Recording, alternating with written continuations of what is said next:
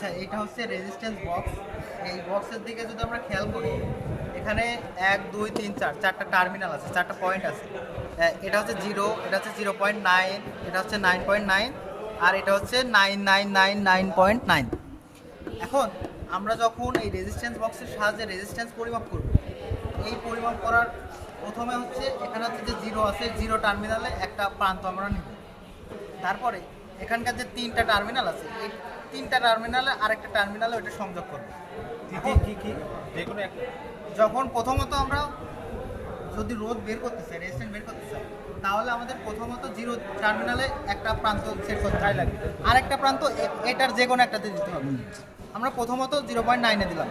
এখন যখন আমরা এই দুটো টার্মিনাল অ্যাড করলাম, এখন আমাদের রেঞ্জ কতটুকু হয়ে গেল? 0 থেকে 0.9। এখন 0 থেকে 0.9 রোধের মধ্যে আমরা স্পেসিফিক কোন রোধটা নেব, কোন রেজিস্ট্যান্সটা নেব? 0.8 নেব। 0.8 নেব। আচ্ছা, 0.8 আমরা কিভাবে নেব? এই যে একটা রেগুলেটর আছে, এই রেগুলেটরের এখানে 0 থেকে 0.9 পর্যন্ত একটা পার্ট আছে। এই পার্টটা আমরা যদি ঘুরাই, ঘোরানোর পরে আমরা কত আসলাম? এই যখন 8 পার্টটা আসবে তখন এর মানটা হবে 0.8। এটা যখন এখানে আসবে, মানে শুরুতে এখানে সমস্যা আছে, শুরুতে 0 এখানে আছে, তারপরে 1 নিলে 0 নিলে 1, 0 নিলে মানে 0 নিলে কিন্তু এখানে থাকবে। তারপর 1 নিলাম, 2 নিলাম, 3 নিলাম, 4 নিলাম, 5 6 7 8। 8 যখন নিছি তখন কিন্তু এখানে আসছে, তার মানে 0 যেখানে ছিল এখানে আসছে, তার মানে এখানে ঠিক আছে, 0.8 পর্যন্ত আমরা সংযোগ করেছি। তারপরে এখন এইটা তো রেঞ্জ ছিল 0 থেকে 0.9। আমাদের যদি আরো বড় কোনো রোধ প্রয়োজন হয়, সাপোজ হচ্ছে বড় রোধ যেমন 8, এটা হ্যাঁ এটাও আছে। এটার হচ্ছে দেখো, এটা বিবর্ধন করে 100 গুণ বিবর্ধন করে। এখন আমার রেজিস্ট্যান্সের পরিমাণ যদি অনেক বেশি থাকে, যেমন মনে করো 100 রেজিস্ট্যান্স, তাহলে আমাদের কোন রেঞ্জে নিতে হবে? এখানে একটা 0 নিলাম, এটা হচ্ছে 0.9 সর্বোচ্চ, এটা 99 সর্বোচ্চ, 9.9 সর্বোচ্চ। আমাদের এই রেজিস্ট্যান্সটা নিতে হবে। এটা হচ্ছে কত? এটা মনে হয় 99,999। তাহলে আমাদের রেঞ্জ কতটুকু হয়ে গেল? 0 থেকে রেঞ্জ হয়ে গেল, হ্যাঁ এটা পয়েন্ট 0.9 কমা দিয়ে দেওয়া আছে, কিন্তু এটা 0 পয়েন্ট হবে, এটা 9.9। তাহলে আমাদের যদি 1000 রোধ লাগে, তাহলে আমরা কোন পয়েন্ট? একটা টার্মিনাল তো এখানে নিলাম, আরেকটা টার্মিনাল কোনটা নেবো? এটা। এখন এই দুটো টার্মিনালের মধ্যে তো আমার লাগবে 1000। আমি কি 1000 বার আমরা রাউন্ড করবো না।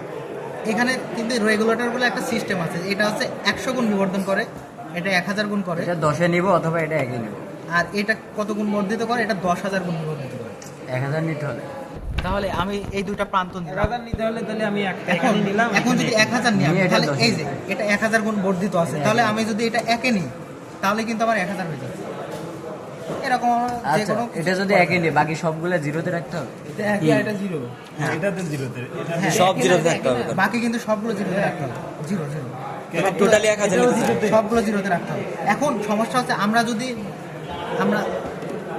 আমাদের সাপোজ মনে করো যে এমন রোধ প্রয়োজন হলো 1000.5। এখন 1000.5 আমরা কি করব? প্রথমত 0 প্রান্তে একটা নিব, আরেকটা হচ্ছে এই প্রান্তে একটা নিব। এখন আমাদের রেঞ্জ হচ্ছে কত? 99,900 এত পর্যন্ত রেঞ্জ। এখন আমাদের লাগবে 1000 কত? 1000.5। তাহলে এখানে তো আমরা 1 পর্যন্ত নিলাম, এটা কত হয়ে গেল? এটা হয়ে গেল 1000 হয়ে গেল। এখন আমাদের লাগবে 0.5। এটা কিভাবে পাবো? তখন আবার এই রেগুলেটর আমাদের লাগবে। এটা হচ্ছে এই 5 রেগুলেটর পর্যন্ত যাবে। 0.1 কতটুকু পর্যন্ত? 0.1 0 থেকে 0.9 আমাদের লাগবে 0.5। তাহলে আমরা এটা কোন পর্যন্ত ঘোরাবো? 5 এটা হচ্ছে 5 পর্যন্ত ঘোরাবো, 0.5। এবং কিন্তু এটার মাধ্যমে আমাদের রেঞ্জ তো আর 0 থেকে 0.9 এর মধ্যে আর থাকবে না। না, আমরা যখন আমি তো একটা এখানে যোগ হ্যাঁ, করেছি, হ্যাঁ। একটা এখানে যোগ। হ্যাঁ, তখন আমাদের তাহলে রেঞ্জ আমাদের বেড়ে গেল। range তো তখন অনেক। আমাদের রেঞ্জ বেড়ে গেল। হ্যাঁ, তাহলে এটা আমি এক পয়েন্ট ঘুরে নিতে পারি। এটা 0.1 কেমনে বেরোবে সেটা কিভাবে বুঝবো? কারণ এটা রেগুলেটর ওইরকম সেট করা, একটা রেগুলেটর এক একটা কাজ। এই যে এটা 100 গুণ বিবর্ধন আচ্ছা, করে, এটা 1000 গুণ। আচ্ছা, এখানে নেওয়া মানে 10,000 কি? গুণ। এখানে নেওয়া মানে রেঞ্জ তো অনেক বেশি না? হ্যাঁ, অনেক 0.1 কি 0 থেকে এই রেঞ্জের মধ্যে নাই?